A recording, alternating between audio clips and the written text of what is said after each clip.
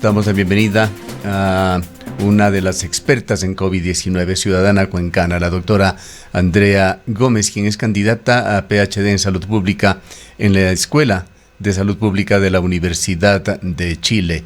Doctora Gómez, muy buenos días. Hemos transmitido a propósito algunos documentos periodísticos que dan cuenta, o testimonios periodísticos que dan cuenta del estado de situación.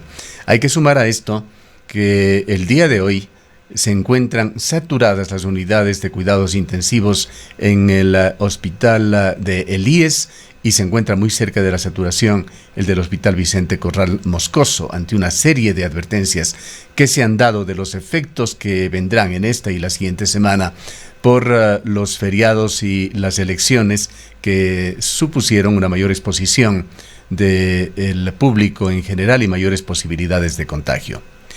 Ante esta situación y sobre todo la falta de definición del gobierno en cuanto a un plan de vacunación que nadie lo conoce, más allá del Ministerio de Salud, que se supone que lo tiene listo, han surgido estas iniciativas privadas a las que se suma también el sector público, pero a través de los municipios, que piden autorización al gobierno para adquirir vacunas y establecer planes locales, planes cantonales de vacunación. ¿Cuáles son las dificultades que encontrarían estos planes? ¿Considera usted que estas propuestas de los alcaldes son oportunas y son factibles? Me parece que tenemos cerrado su micrófono. Hola, hola. Ahora sí le escuchamos. Buenos días, Gustavo. Muchas gracias por la invitación. Bueno, efectivamente, el plan de vacunación que ha comentado en varias ocasiones el gobierno, nadie lo conoce, no hay un documento público técnico que cuente cuál es el camino que se está tomando, el por qué un plan cero con tan pocas vacunas, por qué nos ha llegado tan pocas vacunas. Todo esto ha generado una expectativa, nerviosismo y también estas propuestas por parte de los gobiernos locales, lo cual, claro, de una u otra forma muestra esta preocupación también. Sin embargo, hay que tomar en cuenta que somos un país interconectado, que el momento que se han hecho planes locales, la forma en la que se ha enfrentado la pandemia ha sido inequitativa a nivel nacional. Han existido cantones que han tenido más recursos para poder enfrentar esta pandemia que otros cantones.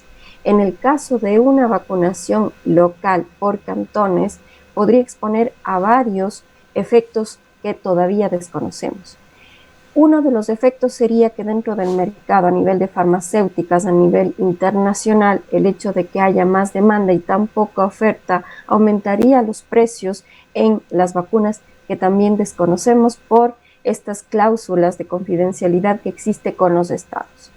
Por otra parte, los gobiernos locales no podrían comprar individualmente porque hasta el momento rigen los convenios internacionales en donde solamente los estados son quienes pueden comprar directamente las vacunas a las farmacéuticas. Por otra parte, si es que los gobiernos locales ya están dentro de esta fila, estarían incluso por debajo del gobierno nacional, por lo tanto, de una u otra forma no se aceleraría este proceso de compra, a no ser que el gobierno no estaría incluido en esta fila. Y otro problema que se podría generar y que ya se ha observado en otros países es la movilidad de las personas. Es decir, ir de un lugar que no hay vacunas hacia un lugar que hay vacunas, lo cual también aumentaría esta probabilidad de contagio. El hecho de que haya un solo cantón vacunado y el resto a su alrededor no esté vacunado podría generar también esta movilidad que aumenta la probabilidad de contagio. El virus continúa mutando y no sabríamos cuáles serían los efectos a largo plazo. Ya se ha observado variantes que han mostrado que las vacunas no son efectivas para estas variantes. Por otra parte, algunas mutaciones han mostrado un efecto en la probabilidad de contagio de estas mutaciones, de estas variantes de virus, en el cual aumentan la probabilidad de contagio. Entonces, no sabríamos a qué estaríamos expuestos. Y una un efecto muy importante es el problema de la equidad al acceso de la vacuna. Todos los ecuatorianos y ecuatorianas deberíamos tener la probabilidad de acceder a la vacuna en un estado en donde la Constitución toma a la salud como un derecho. Y la vacunación es parte de este derecho, entonces se debe garantizar el acceso oportuno y equitativo de esta vacuna a nivel nacional. El problema también en el caso de que se piense traerlo, por ejemplo, con la empresa privada, a no ser que aclare que lo van a distribuir gratuitamente, también aumentaría esta inequidad, porque no todas las personas... La propuesta, en esto déjeme añadir nada más, la propuesta del alcalde de Cuenca por lo menos traía incluido allí el hecho de que un 40% de las vacunas, además que es una vacuna específica, hablado de la vacuna de Pfizer, que el 40% de las vacunas se entregaría a centros de salud y a hospitales para una aplicación gratuita y que el otro 60% quedaría disponible para quien pueda pagarlo. Fueron palabras del alcalde. Esa sería la forma en la que se realizaría eventualmente en Cuenca. Lamentablemente no hemos podido dialogar con el alcalde. Su equipo de relaciones públicas se ha puesto muy exigente y nos da una entrevista con el alcalde dentro de 8 días, por lo que no hemos podido profundizar con el primer personero de la ciudad en este tema. Si nos está escuchando, agradeceríamos muchísimo una llamada del señor alcalde para poder socializar de mejor manera cuál es la idea de los municipios. Pero en todo caso, esto es lo que sabemos, doctora Gómez. Y veremos en definitiva qué otros detalles nos van dando. Perdone por la interrupción, siga adelante con su exposición. No, muchas gracias. La verdad es que justamente ayer también tuve una entrevista en Notimundo y también quedaba esta duda con respecto a la propuesta de la alcaldía de Guayaquil, en donde también dentro de su texto hablaban sobre la comercialización. Entonces yo creo que son detalles que deberían aclarar cuál es el objetivo, si es que se piensa aportar al aumento equitativo del acceso de la vacuna o definitivamente se está pensando en esta comercialización. El caso, por ejemplo, que hemos tenido y que ya lo hemos vivido es el de las pruebas PCR, por ejemplo. Hasta el momento el gobierno no ha colocado un techo, no ha sido capaz de mejorar este acceso. Realmente muy poca gente puede acceder a pagar una prueba PCR que puede costar $100, a veces menos. Ahora se ha reducido el precio, pero sin embargo durante la mayor parte de la pandemia no se ha podido garantizar el acceso a una prueba PCR. Entonces esos, desde mi parte, esos temores de que venga una vacuna y no haya una garantía hacia el acceso equitativo también nos podría colocar en un problema a nivel nacional, en donde unos serían beneficiados porque pueden pagarlo y otras personas no podrían hacerlo. Entonces, eso debería quedar muy claro. Y por otra parte, ¿por qué no se ha pensado tal vez en un proyecto a nivel nacional en donde todos los cantones participen? Hay que tomar en cuenta que no todos los cantones tienen los mismos recursos y lo hemos observado. A nivel nacional, el cantón que más pruebas PCR ha realizado durante toda la pandemia es Quito, pero alrededor y en todo el país tenemos una baja capacidad diagnóstica en donde no conocemos cuál es la realidad y se ha observado cómo la curva de contagios ha ido bajando gracias a estas iniciativas. Lamentablemente ha habido una contraparte que no ha estado desarrollando una política de control de la pandemia, que en este caso lamentablemente ha sido el Ministerio de Salud Pública, porque también es un Ministerio de Salud que ha venido debilitándose por la falta de presupuesto, porque también se ha separado a muchas personas de sus funciones y hay personas que están haciendo un trabajo bastante... Surge una cantidad de inquietudes que no sé siquiera si vamos a tener el tiempo para poder evacuarlas con usted, doctora Gómez. Esta semana también se inició con un anuncio hecho en los últimos días de Carnaval a través de un boletín de prensa del Ministerio de Salud, señalando que Ecuador tenía ya asegurado 18 millones de vacunas, pero ni un indicio, menos una fecha sobre cuándo estas vacunas estarán aquí en el país. Esto lamentablemente vino precedido de una serie de declaraciones fallidas del gobierno nacional. El recuento es largo, para citar solamente dos situaciones, no de las vacunas, pero de las pruebas PCR. Recuerde usted el anuncio de la entonces ministra de Salud, Andra Muñoz, quien dijo que venían 2 millones de pruebas PCR a Ecuador en cuanto se declaró la emergencia nacional, pruebas que jamás fueron siquiera contratadas. Y para citar otro de varios capítulos de anuncios fallidos del gobierno que han ido minando su credibilidad, está la declaración a mediados de diciembre del presidente de la República en cadena nacional. Dijo que el asunto de la vacunación estaba ya solucionado y que a partir de enero que ya pasó, 30,000 personas diarias se iban a vacunar a Ecuador. Con esta serie de anuncios fallidos a los que podríamos sumar muchos más, ¿con qué confianza todos los sectores de Ecuador, la población en general, pueden creer en este boletín de prensa del gobierno que habla de 18 millones de vacunas que estarían ya contratadas o comprometidas por parte de Ecuador? Allí incluían alguna parte de vacunas COVAX también. Y en este boletín, reiteramos, no se expresa ninguna fecha. Y allí se suman declaraciones como del presidente de la Federación Médica Ecuatoriana, que dice no conocer absolutamente sobre un plan de vacunación en Ecuador. La pregunta para usted es, en esta encrucijada, ¿qué hacer? Usted señala de los aspectos negativos de una vacunación focalizada, podría ser inicialmente en las 3 principales ciudades del país. La pregunta es, ante esta situación, ¿es mejor no vacunar? Porque todos dan por hecho de que en el gobierno de Lenín Moreno, esto es hasta el mes de mayo, muy difícilmente, por una serie de razones, incluyendo los problemas que están teniendo para la distribución las farmacéuticas, muy difícilmente se iniciará un plan de vacunación en Ecuador. Y al mismo tiempo, y con esto termino, usted mejor que nosotros conoce que en todos los países del mundo, en la gran mayoría de países del mundo, los planes de vacunación avanzan. En aquellos en los que ya se ha alcanzado porcentajes al momento todavía de un dígito, que creo que es el caso de Chile también, se va viendo ya la caída en contagios y caída en muertes. Es decir, que todo suma en materia de vacunación para ir aliviando de alguna manera la pandemia. Con todos estos antecedentes, le decía que hay múltiples aristas y múltiples inquietudes. Quisiéramos escucharle a usted como experta.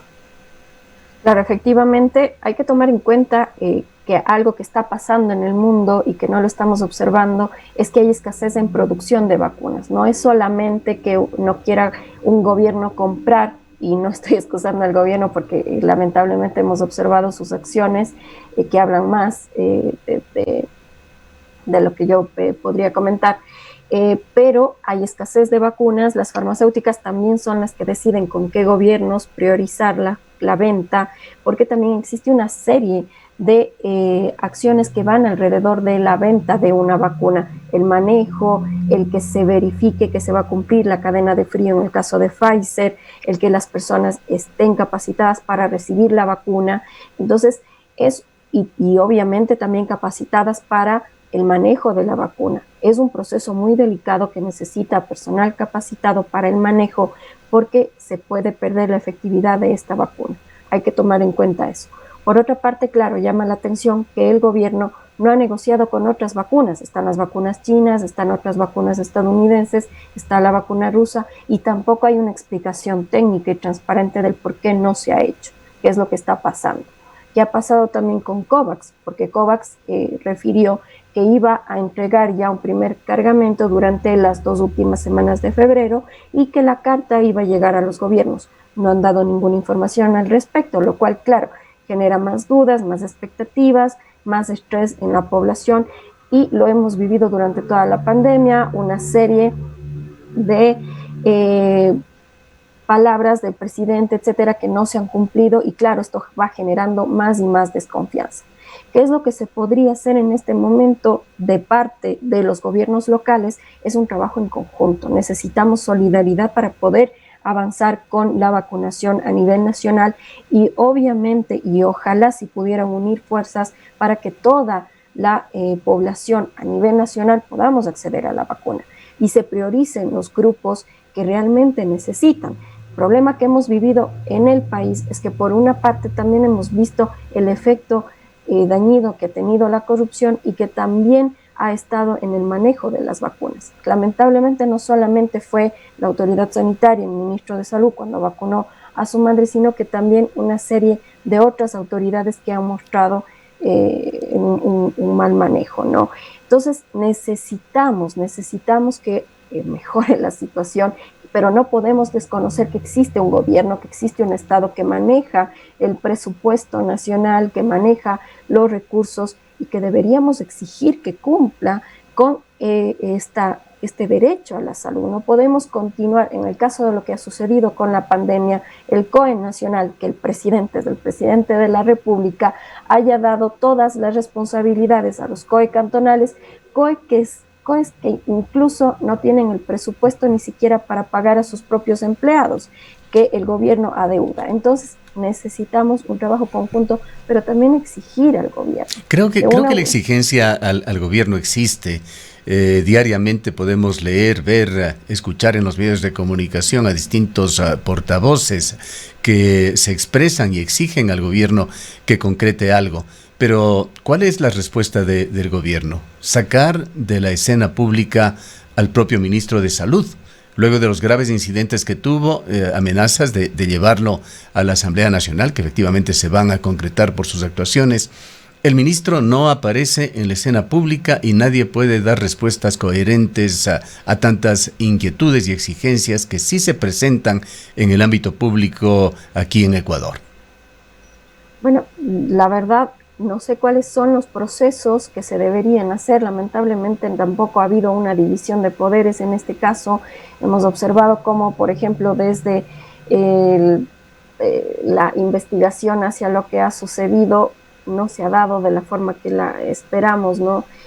Yo pienso que en este momento todos los actores políticos a nivel nacional deberían unirse y buscar una forma en la que se pueda enfrentar esta pandemia de una forma unida. No podemos seguirnos dividiendo y haciendo acciones aisladas que en un futuro ni siquiera sabemos si tendrían un efecto positivo o no. Probablemente no estoy siendo muy objetiva y tampoco tal vez con mucha ilusión de que ojalá un trabajo conjunto pueda ayudar. Si es que las alcaldías tienen esa predisposición, desde mi punto de vista, son los actores que podrían sumarse a esto y tal vez de alguna manera encontrar un camino para que el gobierno cumpla con su trabajo y cumpla con las acciones que debe hacer. No podemos desconocer que existe. Doctora Gómez, algunos países que se van convirtiendo en referentes en el mundo. Israel, con todo su poder de influencia y económico, está en un plan de vacunar en forma total a su población. Estados Unidos está logrando una mejora muy significativa con el cambio de gobierno y se ve esto en la caída de los índices de contagio y también de fallecimientos, aunque sigue siendo el país más afectado en el mundo con más personas fallecidas sobre todo. Y en Sudamérica está Chile, país en el cual usted coyunturalmente realiza sus estudios.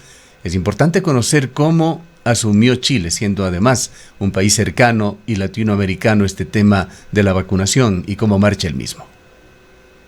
Bueno, hay que tomar en cuenta que la vacunación es una parte de una acción pública que debe ir de la mano con otras acciones, con acciones de prevención, de seguimiento de casos, de diagnóstico temprano de casos. En el caso de Israel, incluso el efecto de la vacunación se pudo ver más temprano, pero no se observó esto porque el momento que iniciaron con la vacunación había muchos casos. Entonces la curva lamentablemente siguió aumentando durante mucho tiempo hasta observar ya un efecto de la vacunación y empezó a disminuir esta curva de casos y de fallecidos.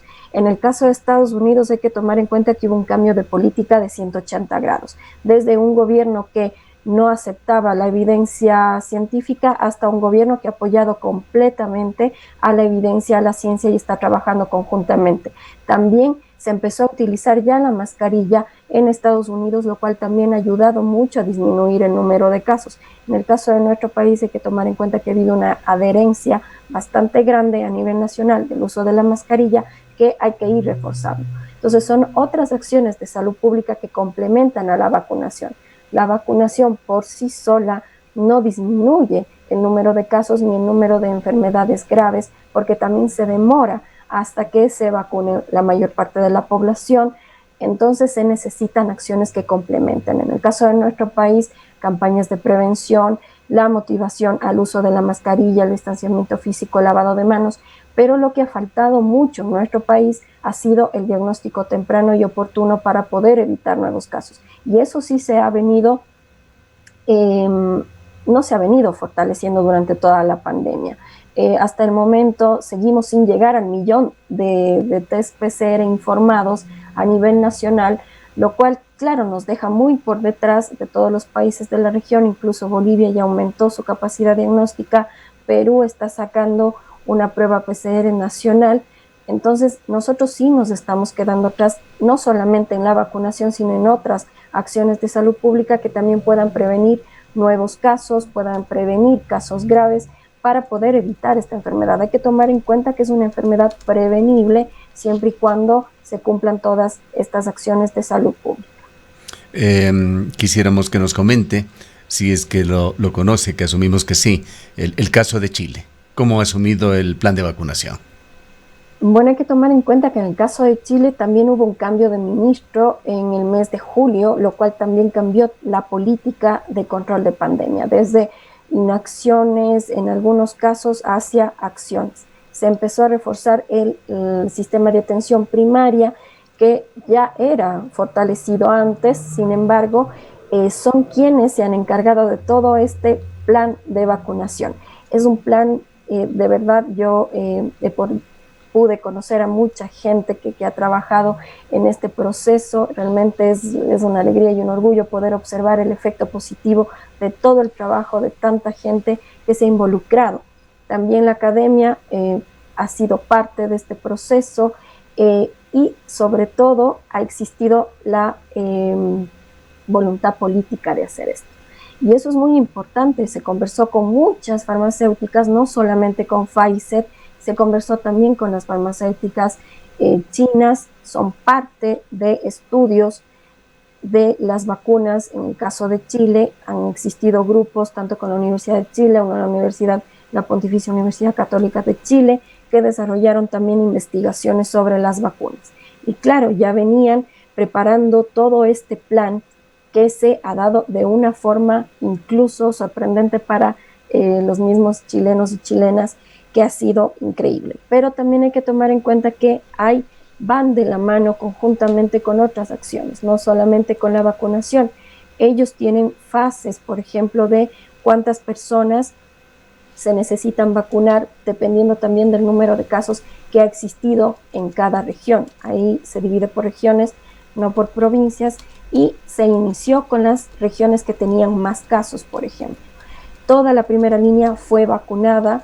Luego continuaron con las personas que vivían en casas de la tercera edad. Luego empezaron ya con personas con menos de 80 años, continuaron con todos los profesionales de la salud, y también se incluyó a otras profesiones y a otros servidores públicos que se encontraban en primera línea, en segunda línea, etc. Entonces ha sido un proceso muy ordenado. Tienen una atención primaria muy fortalecida de todas las profesiones, que es lo que pasa en nuestro país, que realmente el sistema de salud está bastante debilitado, lo cual les ha permitido avanzar rápidamente.